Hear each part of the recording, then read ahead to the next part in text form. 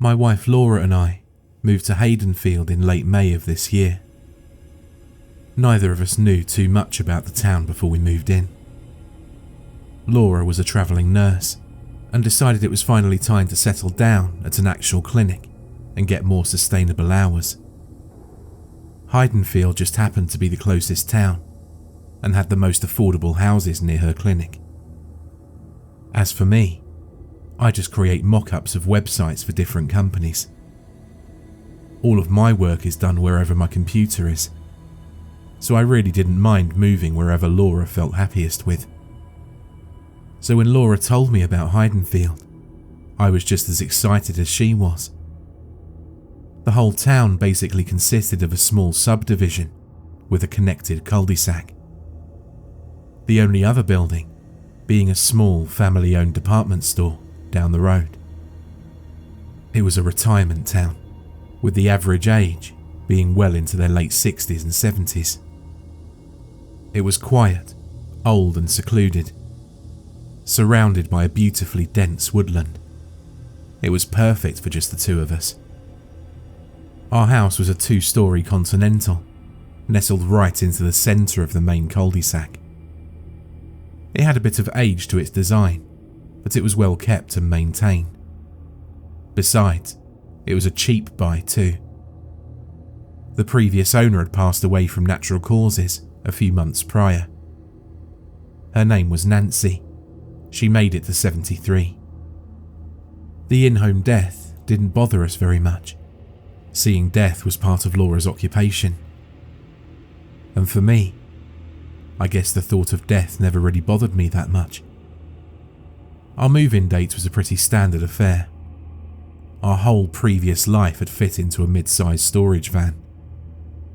We started unpacking our belongings from the van sometime in the early afternoon that day. It wasn't until the late evening that we had all the boxes inside our new home.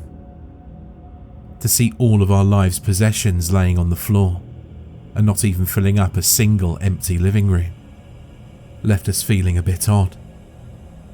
I'd like to say it was the feeling of hope and excitement for having a new start, but in reality, it was that sense of feeling you'd get when you realised that all of your worldly possessions really meant nothing when properly laid out. Yet instead of dealing with that foreboding sense of dread, it's easier to just collect more clutter, to pretend your life has more substance than it actually does. That's what we both agreed on anyway. Once the unpacking was finished, we kicked back on our tiny little sofa. We were on a little island of boxes in an otherwise empty living room. We didn't have too much to say to each other that night. The long day of shepherding boxes from one place to another left us both exhausted.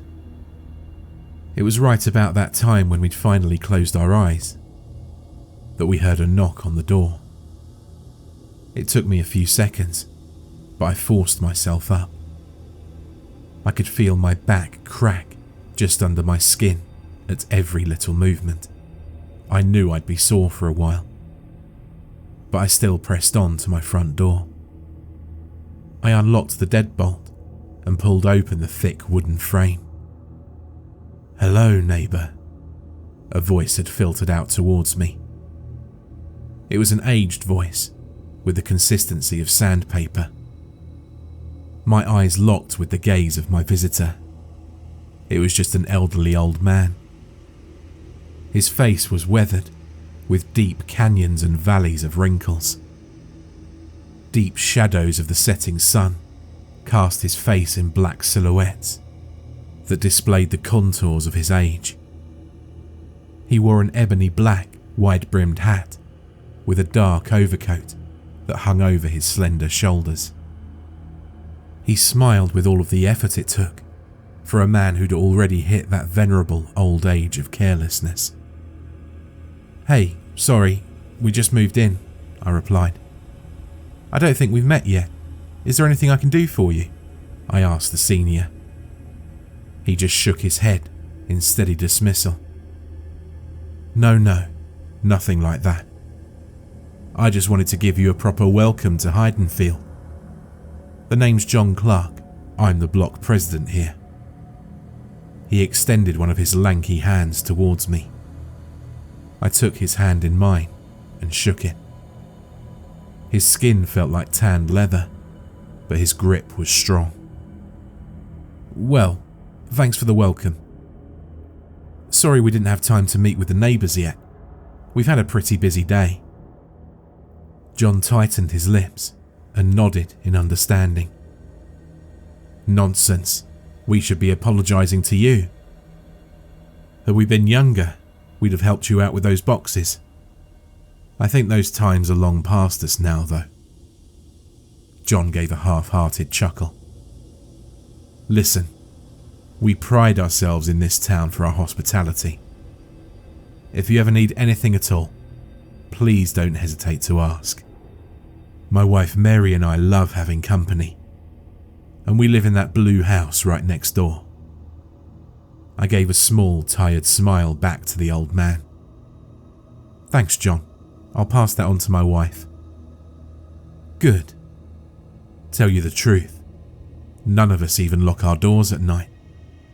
I promise you, if you need anything at all, just walk right in." His smile faltered, with just a twitch at the end of his words. His eyes focused deep into mine. "Well, I appreciate that offer. I promise we'll knock first, though." I gave a half-hearted laugh. The old man's expression didn't change. "Whatever makes you feel more comfortable here. Just remember, always keep hospitality first. Around here, we're all guests within each other's homes." He squeezed my hand tightly, making me realise that he'd never let go of me in the first place. "Be safe." His leathery hand tightened over mine one last time before he let go. The old man dipped his chin slightly in a small bow of respect, his wide-brim hat dipping below his eyes and casting his face into total darkness. "Our doors are open for you, Gregory, at any time, no matter the hour." And with that, John swung around and turned back towards my driveway. His black overcoat billowed off of his small frame with beautiful grace. I squinted my eyes towards him, trying to find the words to the strange feeling I had over the situation. Something about that interaction had given me a terribly uncomfortable feeling. I couldn't place my finger on it though. I slowly shut the door and locked the deadbolts behind the old man. I shook off the nerves that tumbled down my spine and returned back to the barren living room of my new home. Laura had found herself laying half asleep on the couch, her body sprawled across the cushions. "Who was that?" her small voice murmured out towards me. "A neighbour. His name's John. He lives in that blue house right next to ours with his wife." Laura twisted her body and stretched out on the empty couch, yawning. Her voice pushed past her inhale. "Oh, was he nice?" she asked through her tired tone. "Yeah, he just seems a little strange." I paused for a moment, judging how much space was left on the couch past Laura's small frame. "Hey, let's head upstairs before we both pass out down here. Otherwise, one of us is going to end up sleeping on the floor." Laura laughed before pushing herself up. We both went upstairs to our unfurnished bedroom. The only thing we'd set up was a queen-size box spring with a matching mattress that lay on top of it. The box spring had found itself laying haphazardly on the hardwood of our floor. We ended up both sluggishly making our usual nest of pillows and blankets. Before long, we were both blacked out for the night. It wasn't until a few hours later I felt a pressure on my chest that was shaking me awake. I looked over to the small silhouette of Laura next to me. The silvery moonlight from our window casting an ethereal light over her figure Greg, wake up! Laura's voice sounded panicked and subdued. I could hear how terrified she was, even underneath her hushed tone. What's going on? I replied. My hand had tried to wipe away the sleep from my eyes. My body still felt exhausted from the physical labour we'd just finished. I heard the downstairs door slam shut. I think someone broke in. I looked at Laura and held my breath. I was trying to hear if anything else in our home was making noise. All I could hear was the throbbing of my own heart. The rest of the house was dead quiet. There hadn't been a single creak of the floorboards. I'll go check it out, I whispered over to Laura. She let go of my chest and I lurched myself upwards. I wished I had a gun or a bat or anything I could have used to defend myself with. But I had nothing more than the mattress on the floor. But I swallowed that feeling and pressed on. I slowly opened up my bedroom door and crept downstairs. Nearly every step I took sent a loud creak that echoed its way throughout the empty house. I kept telling myself that nothing could be inside our home and be this silent. Not unless it was standing completely still. I entered our moonlit living room and flipped on the lights. Nothing. I pressed forward into the kitchen and did the same thing. Nothing. Finally, the foyer. Still nothing. I looked over to the front door and saw the deadbolt latch still flipped towards the locked position. I felt my body relax, my shoulders slumping down in relief. I took a deep breath and wandered back up into our bedroom. There's no one down there. The door's still locked. Laura just stared at me for a moment. I know what I heard, Greg. Someone slammed that door shut. I could see the absolute resolve in Laura's eyes. I knew that she fully believed in what she'd heard. Listen, I don't know. Everything's locked up tight down there. No one's getting in without breaking down that door. I laid back down on the mattress next to my wife. She just stared towards our bedroom door, as if she expected something to break right through it. Both of our physical fatigues ended up hitting their limits a few moments later, and we found ourselves asleep once again. But the same surprise came again and again, night after night. Laura would wake me up sometime after 2 a.m. and tell me that she heard our front door slam shut. I'd head downstairs, see nothing, and check the lock to find everything in order.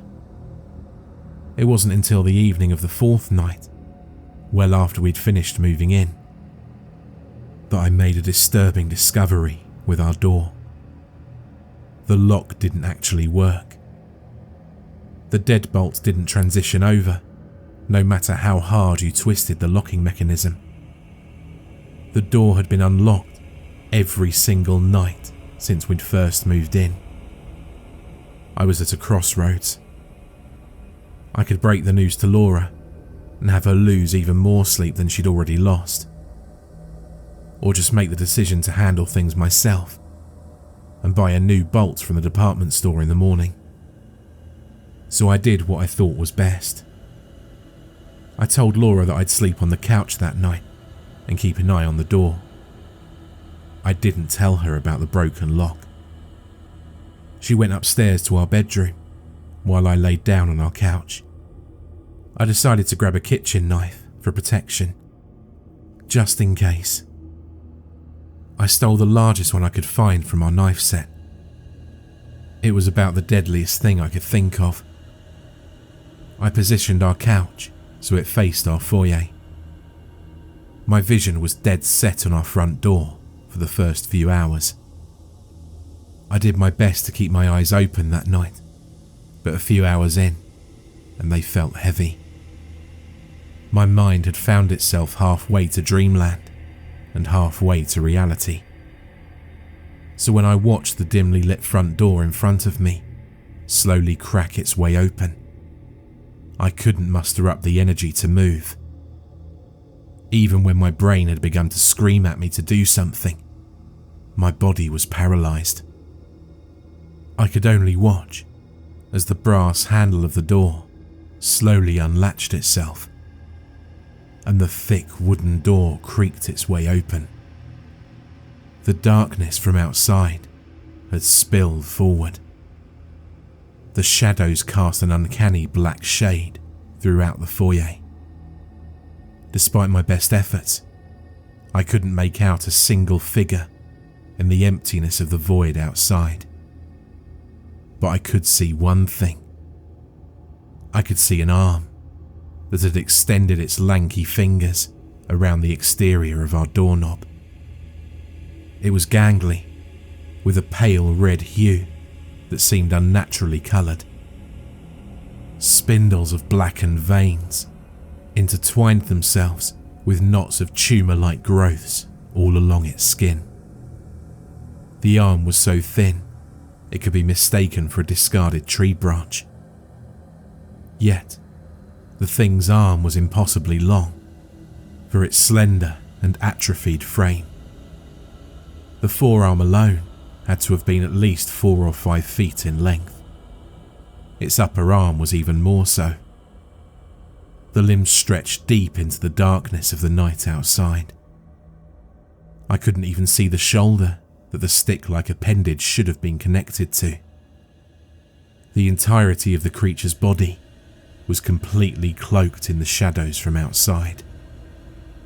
Meanwhile, I watched helplessly as the door creaked its way more and more open.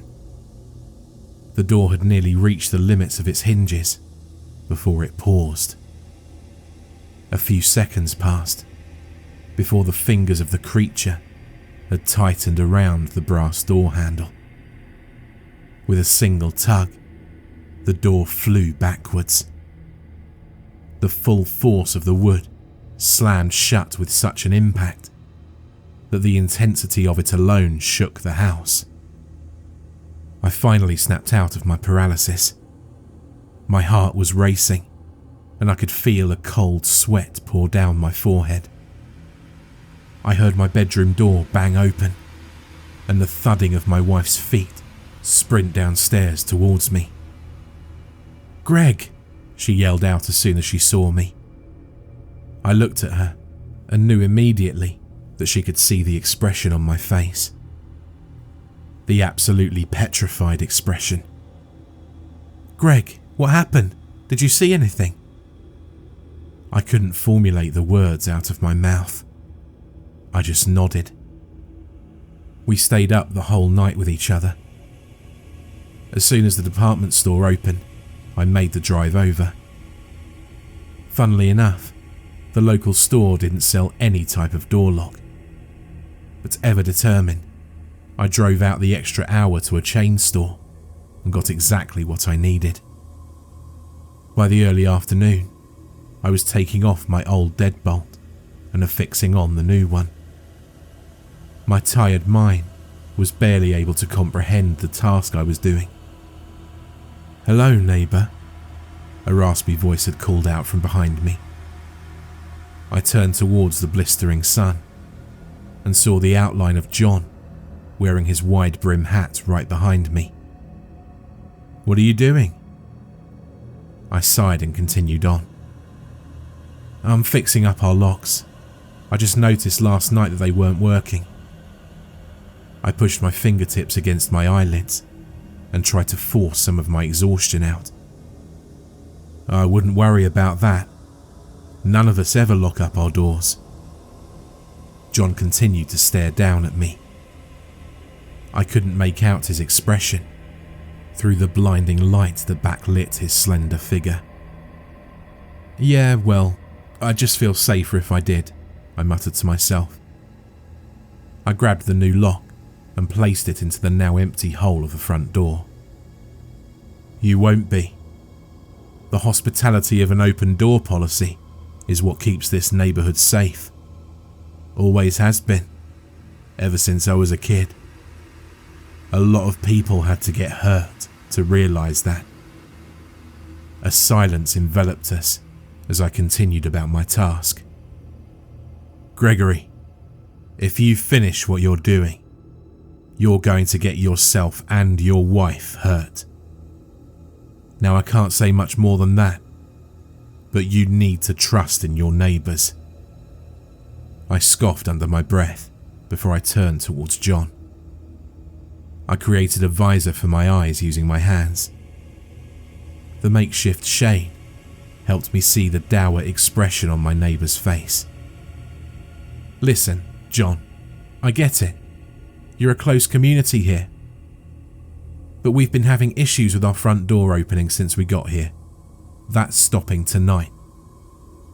John slowly shook his head in disappointment.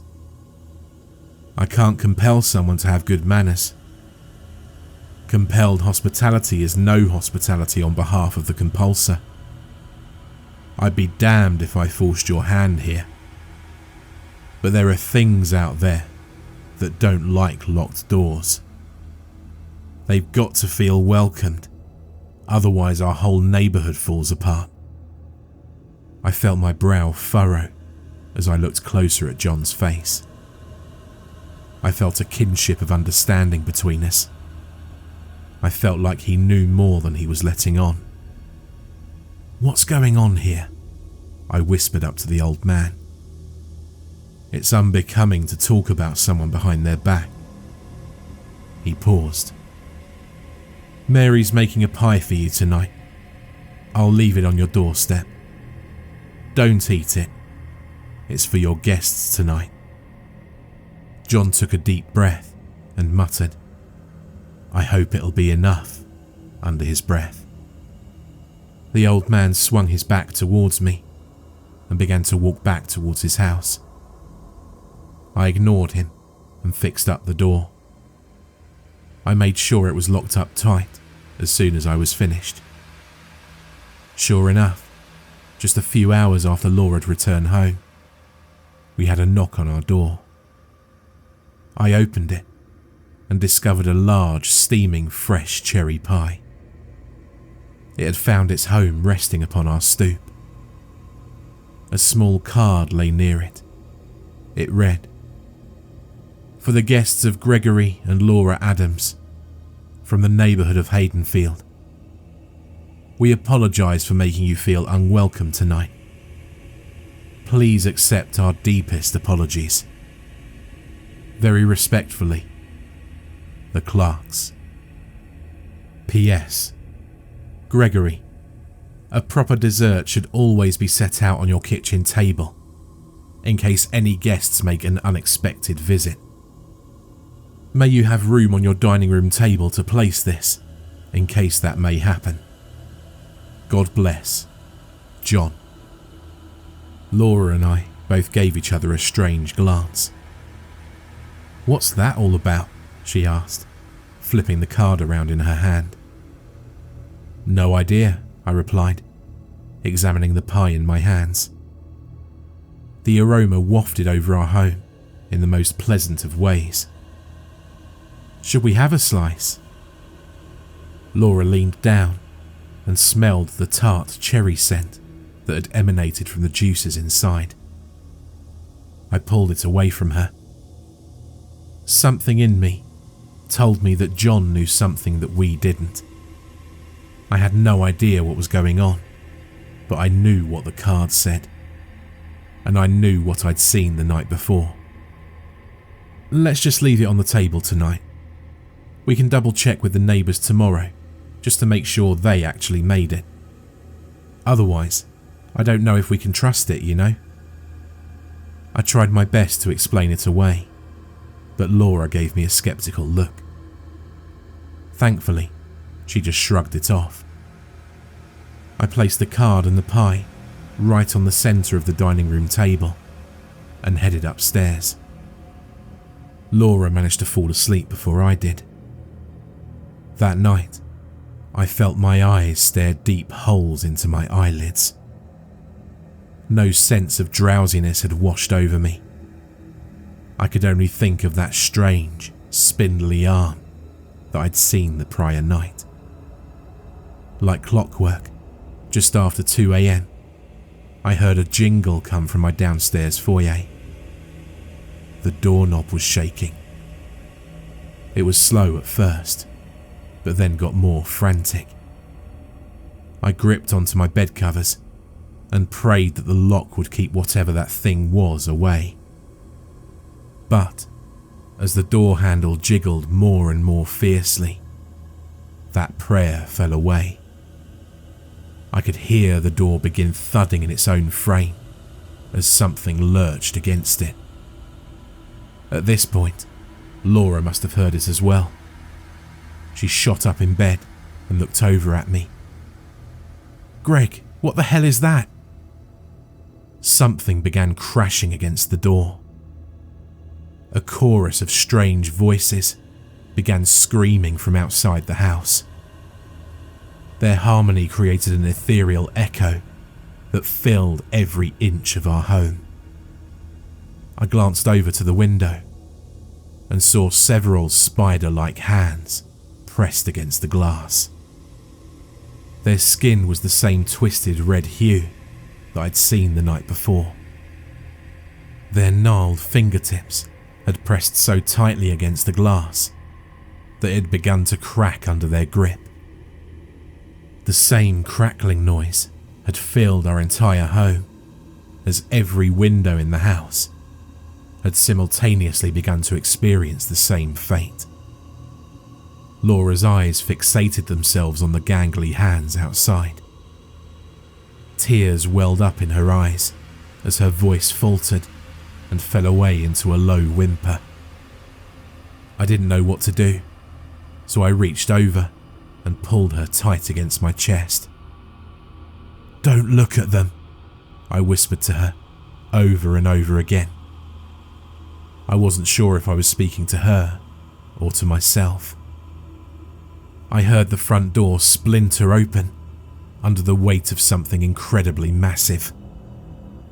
A tremendous tundra of thudding and thumping had filled the lower floor. Soon to follow was the sounds of every window in the house shattering open one by one. I squinted my eyes open for just a moment to see the bedroom window crack and explode into shards of glass. Broken slivers had flown their way towards me and my wife. We both closed our eyes to shield ourselves. The hands from outside had begun to stretch their way into our home. They seemed to lurch their way in our direction, as if they could see us. I closed my eyes again and began praying. The thudding from downstairs had found its way into our kitchen. The sounds of cabinets clattered open and shut. The symphony of voices floated their way into the halls. I was left waiting for the feeling of those lanky hands to wrap over me. I was preparing myself to be dragged out of my home at any moment. To feel them pull me right through the broken glass-filled window and into the mouth of whatever those arms were connected to. But instead, I was greeted by silence. The banging had stopped. All of the noises had stopped. I could hear Laura crying in my arms, but that was it. I opened my eyes and saw nothing more than the shattered window of my bedroom greeting me. I quickly picked up a large piece of glass and wrapped it in one of my socks before getting up to my feet. Room by room, I cleared. Every window in our home was broken. Every single one. I got to our front door and saw its frame completely knocked off its hinges. Broken splinters of wood lay scattered across the hardwood floor. Yet the thing that got me the most was that the pie was gone. We stopped locking up our doors after that night, Now, we're always prepared to entertain any guests that might show up, no matter the time. For more terrifying creepypasta horror stories, check out the playlist or the video on screen.